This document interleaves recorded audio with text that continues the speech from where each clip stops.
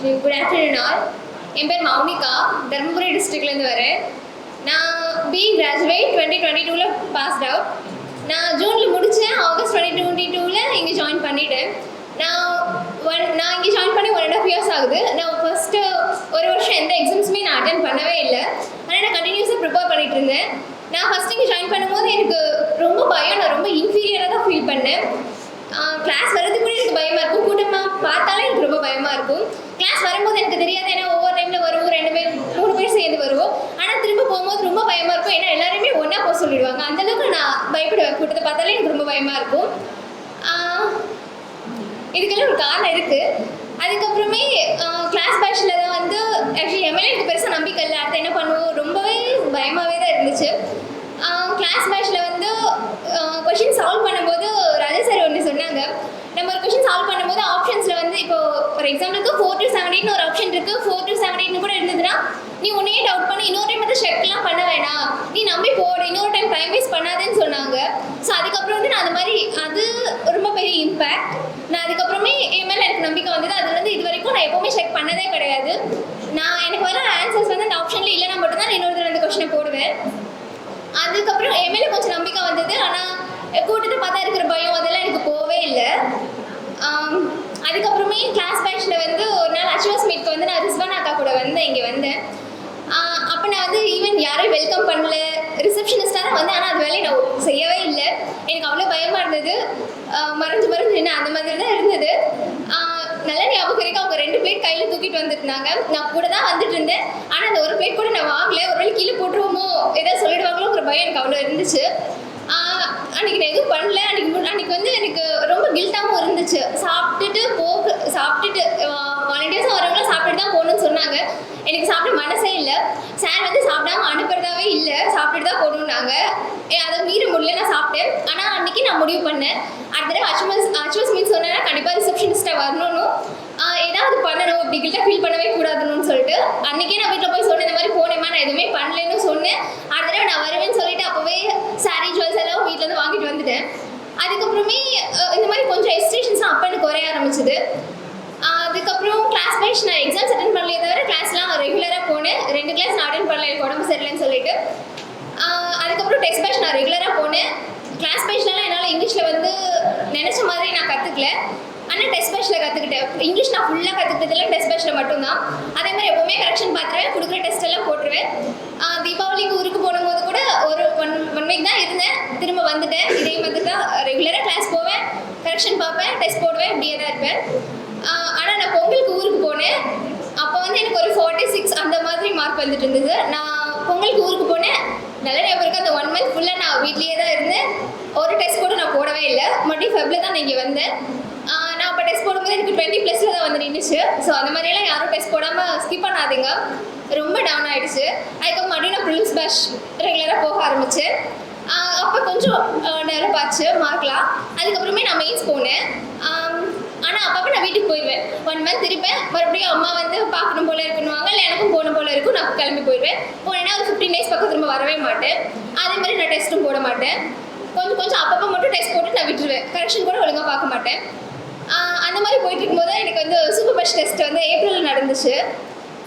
எனக்கு வந்து class batch join பண்ணும்போது ஒரு ஆசை இருந்தது. அப்போ சொல்லாங்க, ஃபர்ஸ்ட் வந்து கிளாஸ் பேட்ச் இருக்கும், அப்புறம் டெஸ்ட் பேட்ச் இருக்கும், அப்புறம் சூப்பர் பேட்ச் இருக்குன்னு சொல்லிட்டு அப்போ ஆசையாக அந்த சூப்பர் பேட்ச் கண்டிப்பாக போகணும்னு சொல்லிட்டு. ஆனால் அதில் நான் வந்து செலக்ட் ஆகலை. எனக்கு நான் ஒழுங்காக பண்ணலை. வீட்டுக்கு போய் டெஸ்ட் போடாமல் அந்த ஒரு டச்சே இல்லாமல் தான் இருந்தது. அதுக்கப்புறம் இங்கே வந்ததுக்கப்புறம் மறுபடியும் கொஞ்சம் ப்ரிலிம்ஸ் போனேன். அது நல்லா வந்ததுக்கப்புறமா மெயின்ஸ் போக ஆரம்பித்தேன். மெயின்ஸ் போனதுக்கப்புறம் தான் கரண்ட் அஃபேர்ஸ்லாம் அங்கேவே கொஷின் கேட்டு அப்படி தான் படித்தேன். நான் கரண்ட் அஃபேர்ஸில் ரொம்ப ஸ்ட்ராங்கும் இல்லை, ரொம்பவும் நான் படிக்கலை. ஆனால் மற்றதான் நான் படித்தேன். ஃபேன்ஸ், ரீசனிங் அதில் நான் டெஸ்ட் போடுவேன், டெஸ்ட் போட்டு கரெக்ஷன் பார்த்துருவேன். இப்படியே போயிட்டு இருந்தப்போ மறுபடியும் நான் மேல வந்து அது வரைக்கும் நான் மெயின்ஸ் போயிட்டு இருந்தேன். அதுக்கப்புறம் மேல வந்து நான் ஊருக்கு போனேன். கரெக்டாக ஜூனில் வந்து நோட்டிஃபிகேஷன் வந்தது. அதுக்கப்புறமே என்னால் வந்து அந்த ஊரில் எந்த காரணம் சொல்லிட்டு இருக்கவே முடியல. 15 நாள் இருக்குது அந்த மாதிரி நான் இல்லை. நான் திரும்ப வந்துட்டேன். அதுக்கப்புறமே கண்டினியூஸாக 5 to 6 months நான் ஊருக்கு போகவே இல்லை. ஜூனில் வந்து அதுக்கப்புறம் அப்போ வந்து ஆர்ஆர்பியில் தான் நிறைய ஸ்பீடே வந்தது. இங்கிலீஷ் கூட இல்லை, 2 செக்ஷன் மட்டும்தான், ரீசனிங் மேத்ஸ் மட்டும்.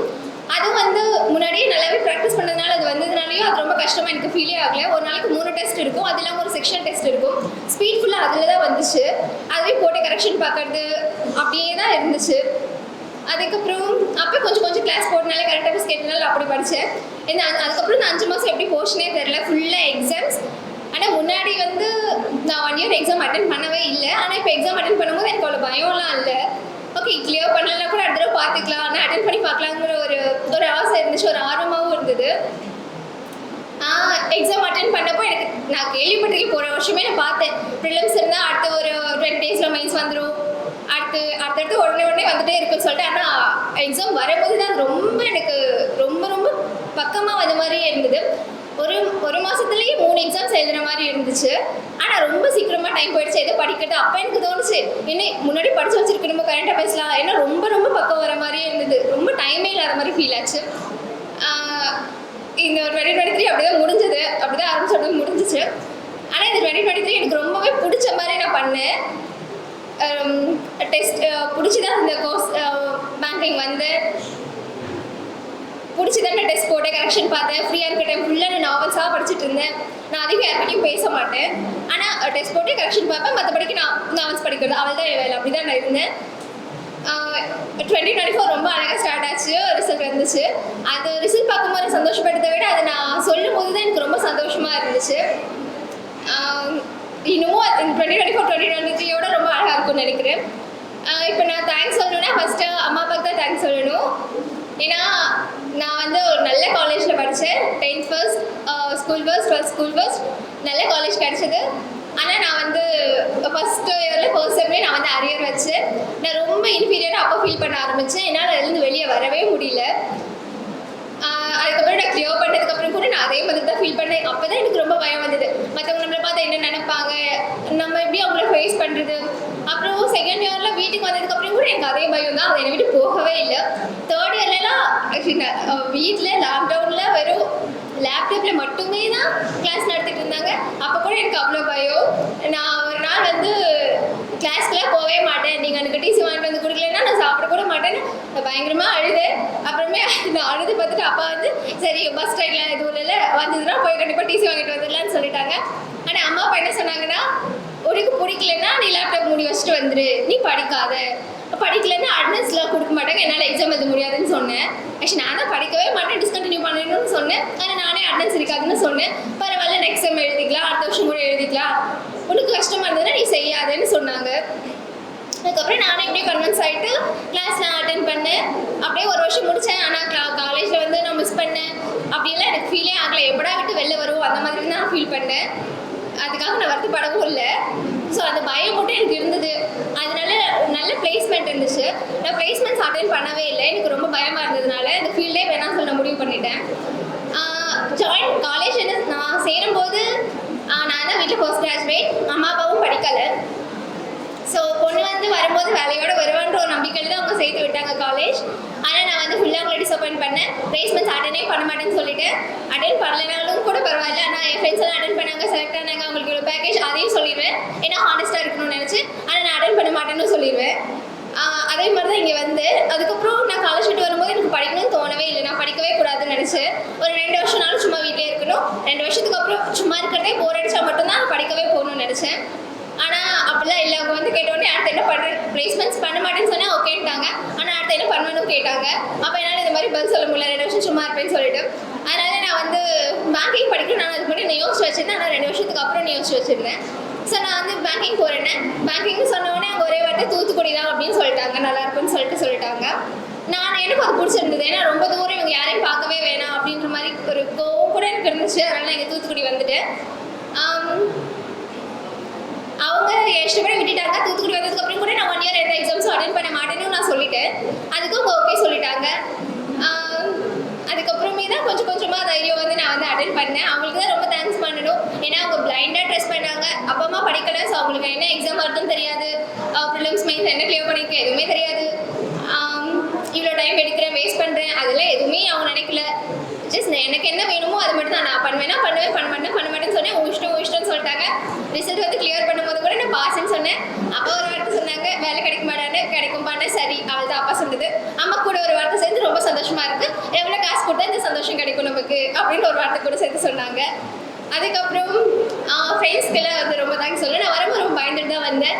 நம்ம ஏஜ்னா பரவாயில்ல, ஆனால் இங்கெல்லாம் ரொம்ப பேர் இருப்பாங்க, பெரியவங்க சின்னவங்க அந்த மாதிரி எப்படி ரூமில்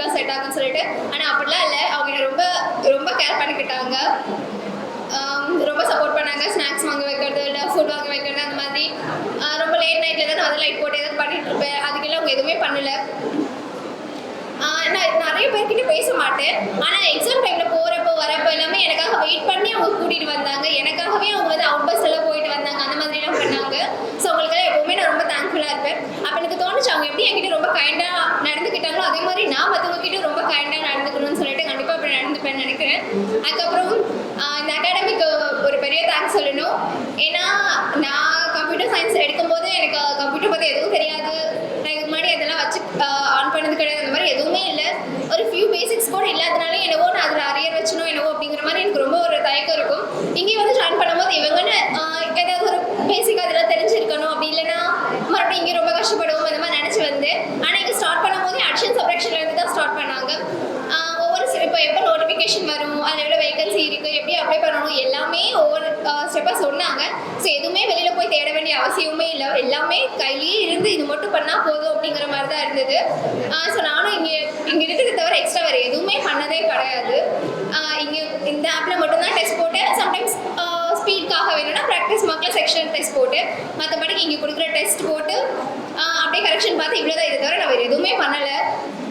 அண்ட் ஸோ அகாடமிக்கு ஒரு பெரிய தேங்க்ஸ்.